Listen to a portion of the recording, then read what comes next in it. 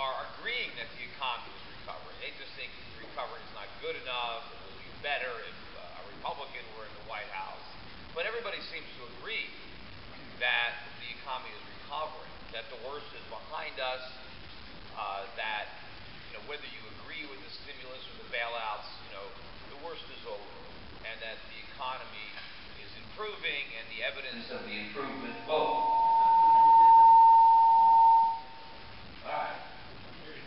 Anyway, and the evidence of the improvement is GDP is going up. In fact, they just came out today with the final numbers for fourth quarter 11, 3% GDP for the quarter.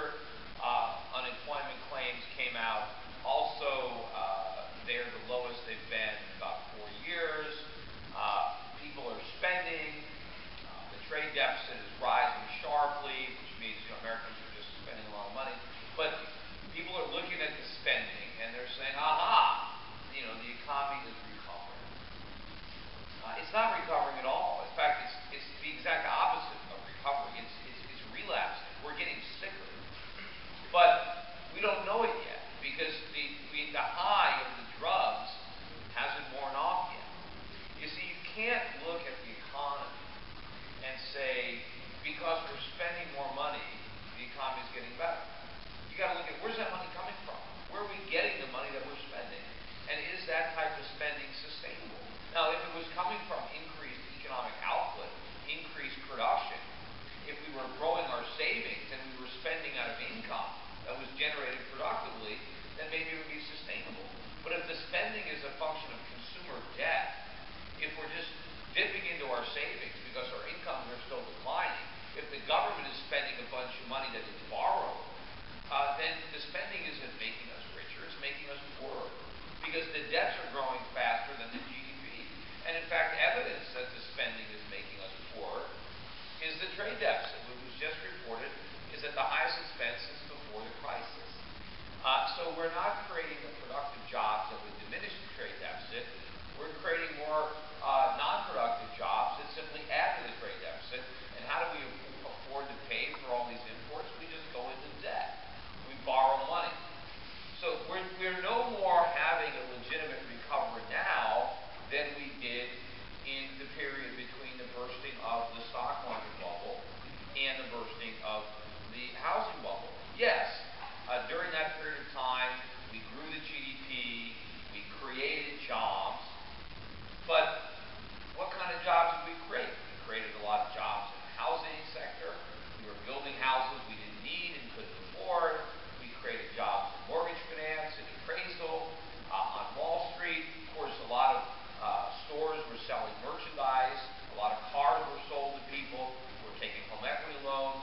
A lot of furniture. A lot of people were taking all their real estate wealth and taking vacations or eating in restaurants. So there was all sorts of economic activity that was a consequence of spending borrowed money. But it all collapsed, when the music stopped in 2008. But that doesn't mean that phony growth was a good thing. It was a bad thing.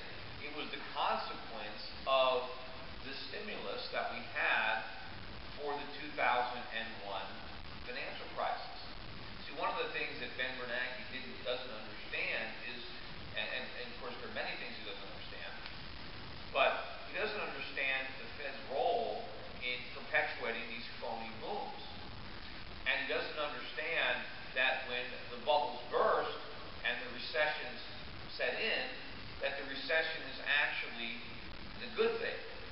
That's where the mistakes are corrected. The problems occur during the booms. The booms are a result of the Fed. So the Fed brings interest rates down to levels that are too low. See, interest rates, like all prices, interest rates are the price of borrowing money. And it's a very important price. I mean, you can argue that it's probably the most important price because money is one half of every transaction we enter into. And so the price of money should be right. And therefore, it should be set in a market where you have supply and demand operating and you have a real price that allocates credit, savings,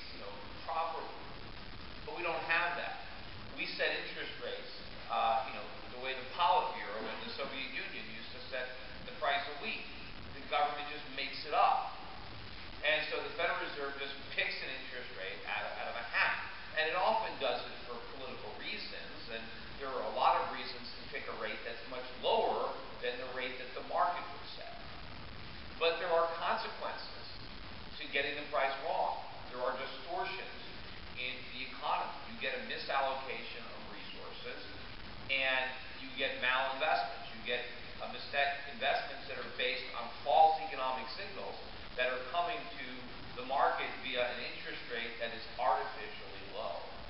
And so you do all these mistakes. A classic example of the boom and bust was the dot-coms and the stock market boom of the late 1990s. What fueled that boom? It was the Federal Reserve. It was Alan Greenspan.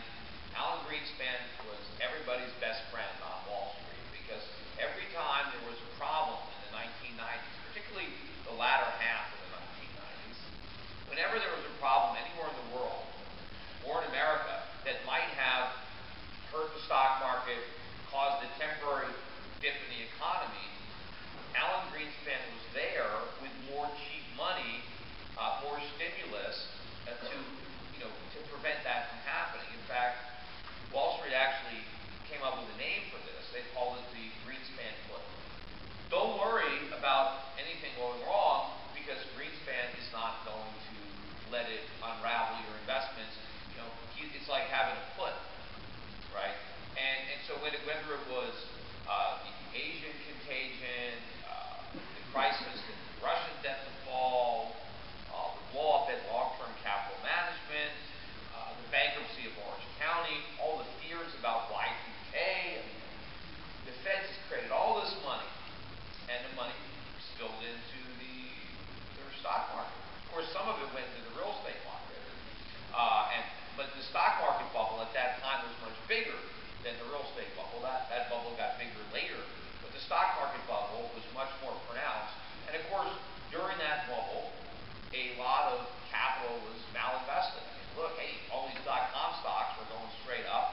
The way to become a millionaire was to just launch a money-losing company and just put .com at the end of it, and you could get rich. So, a lot of capital started flowing away from where it should have gone to these crazy .com startups. And of course, they hired a lot of people. They spent a lot of money. We did a lot of stupid things under the influence of all that cheap money. And the bubble finally bursts in 2001, and of course, for 2000, it got kind of punctuated by the September 11th terrorist attacks, which, kind of was like getting kicked when you're down. And so the economy was going to go through a pretty bad contraction as we digested and resolved all these problems. But the politicians don't like the recessions. They like the booms, even if they're phony, because the votes are real, right? While the people are living high off of stock market profits or home equity, they're going to vote in the politicians who are responsible for all these windfalls, right? But when the bubble bursts and the voters are unhappy because they're losing their easy money, the politicians want to fix it. Right? They don't want to tell the truth. And George Bush could have told the truth when he was elected. He could have said, you guys had a wild party under Clinton. Greenspan had interest rates way too low. You had this dot-com bubble. You spent all kinds of money you really didn't have. And now we're going to have to go through a downturn. I can't help it. I mean, this is what it is, right? And there's nothing the government can do about it. There's no quick fix. We're going to have to unwind these imbalances. And we made a lot of mistakes. It's like, when you're drunk, you do a lot of stupid things. Okay, well, you don't realize it until you sober up. Well, we were sobered up in 2001. But what was Bush's idea? What was Greenspan's idea? He said, well, maybe if we could just get everybody drunk again, they'll be happy. I could get reelected to another term. We don't want to deal with these problems. And so, what Alan Greenspan did was he slashed interest rates. They were over 5%. He slashed them down to 1%, and they stayed there for a couple of years. And what did we do with all this cheap money? Well, we spent it on houses. And the thing is, as we kept buying houses and real estate prices were going up, people were getting rich on paper. But the problem was, with all the cheap money around, it was easy to turn that paper wealth into spendable cash, thanks to home equity lines of credit and home equity loans and refis. And of course, what Ben Bernanke doesn't understand, because he says that, Ben Bernanke says that the Federal Reserve had nothing to do with the housing bubble, that its interest rates were, that it was just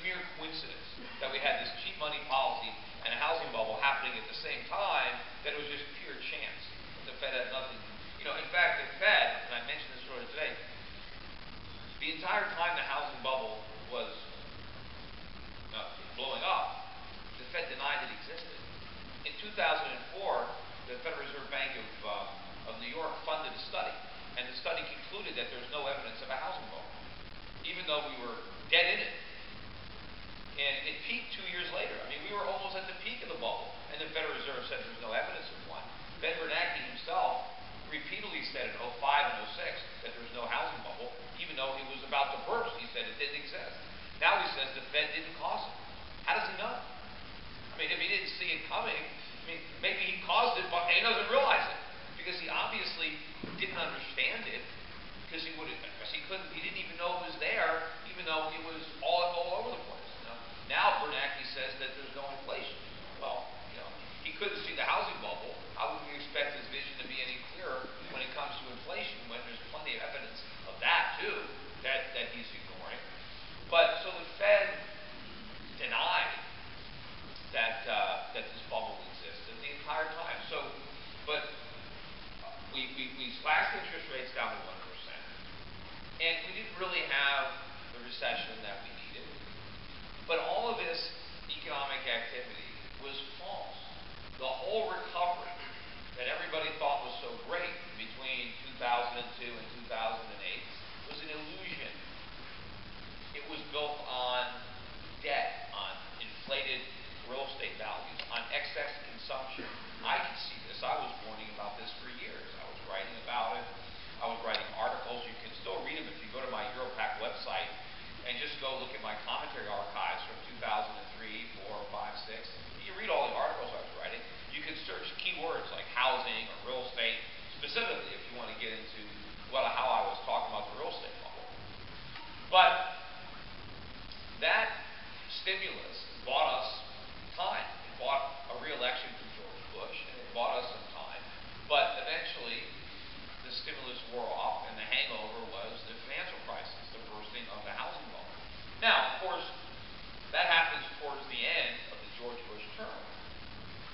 And Barack Obama gets elected based on how lousy the economy was at the end of the Bush term. And he, ran on a platform of change, which of course was a great platform because things were really lousy, so change was a good idea when things were as bad as they were. And so he attacked Bush's policies of deficit spending and all this, and of course the minute he became president, he took those policies and expanded them. And just, now we got Bush on steroids with Obama. I also pointed this out earlier today, but it's very coincidental that when Roosevelt first ran against Herbert Hoover, when the Great Depression started, Roosevelt promised to cut government spending and reverse the deficits that Hoover was running up. He criticized the deficit spending of Herbert Hoover, but the minute he became president, he took Hoover's whole economic plan and renamed it the New Deal, and basically just expanded it and repeated all the same mistakes that caused the Great Depression. So now we're doing those mistakes again. But Obama now becomes the president. Does he learn from the Bush mistakes? After all, he inherited the bursting housing bubble from Bush. Bush inherited the bursting stock market bubble from Clinton. Right? Did Obama learn anything from the Bush mistakes? Ben Bernanke was now the Fed chairman. It wasn't Greenspan. Right? So he was able to see what a disaster Greenspan created when he slashed interest rates after the stock market bubble burst. Did Ben Bernanke learn anything from Greenspan's mistakes? No, he repeated them bigger. Greenspan got us into trouble with 1% interest rates. So Ben Bernanke figured